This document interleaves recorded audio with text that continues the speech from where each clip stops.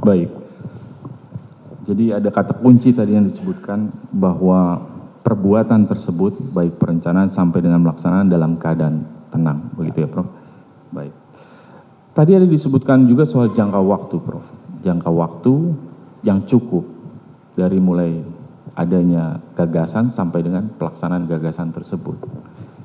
Moderman dalam sejarah penyusunan KUHP Belanda menyebutkan bahwa sifatnya sangat relatif. Tetapi yang menjadi kunci adalah soal keadaan kejiwaan si pelaku pada saat itu. Boleh ahli jelaskan dari pendapat ahli sendiri terkait hal tersebut? Tadi soal jangka waktu. Berapa sebenarnya jangka waktu ini? Baik, mohon izin yang mulia.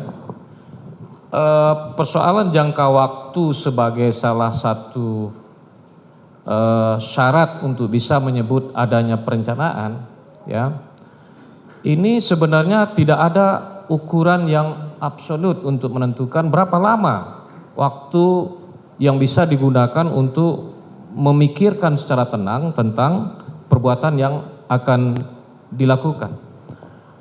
Waktu itu bisa saja singkat dan bisa juga lama. Sekalipun waktu itu lama sifatnya, belumlah tentu bahwa orang telah melakukan suatu perbuatan dengan perencanaan. Kata kunci untuk jangka waktu itu adalah soal ketenangan, soal kejiwaan. Jadi sekalipun waktunya panjang, tapi dia memutuskan itu dalam suasana yang tidak tenang, tetap saja tidak bisa disebut sebagai telah direncanakan terlebih dahulu. Jadi waktu itu memang sesuatu hal yang relatif, akan tetapi saya kira menjadi kewenangan hakim lah untuk menilai soal jangka waktu itu. Demikian. Baik. Terkait dengan keadaan tenang tadi, saudara ahli, terkait dengan keadaan tenang.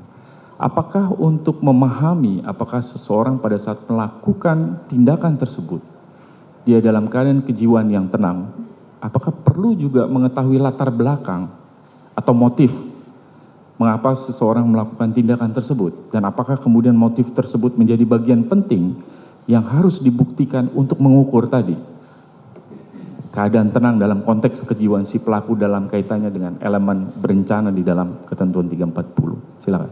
Baik, mohon izin yang mulia. Soal motif yang menjadi latar belakang kenapa orang melakukan tindak pidana, ini sebenarnya adalah sebuah pemahaman yang telah menimbulkan adanya perbedaan pandangan di kalangan ahli.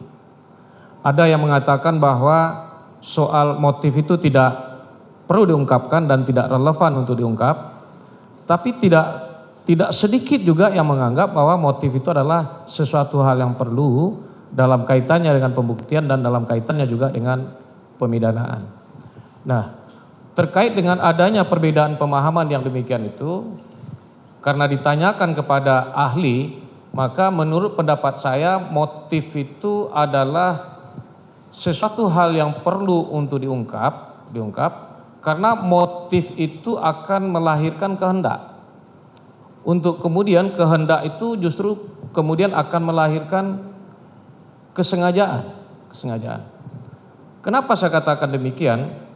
Karena memang motif itu bukanlah merupakan bagian inti atau bestandel van delik, ya. Yang bestandel van deliknya adalah unsur dengan sengaja, unsur kesalahan.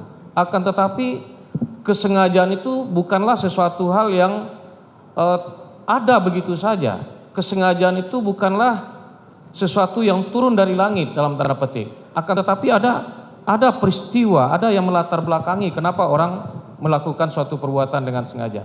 Jadi oleh karena itu, karena pentingnya untuk mengungkapkan itu, maka saya kira dalam konteks pembuktian terhadap unsur kesengajaan, motif itu menjadi penting dan relevan dia. Mungkin saya bisa memberikan sebuah ilustrasi, mohon izin yang mulia.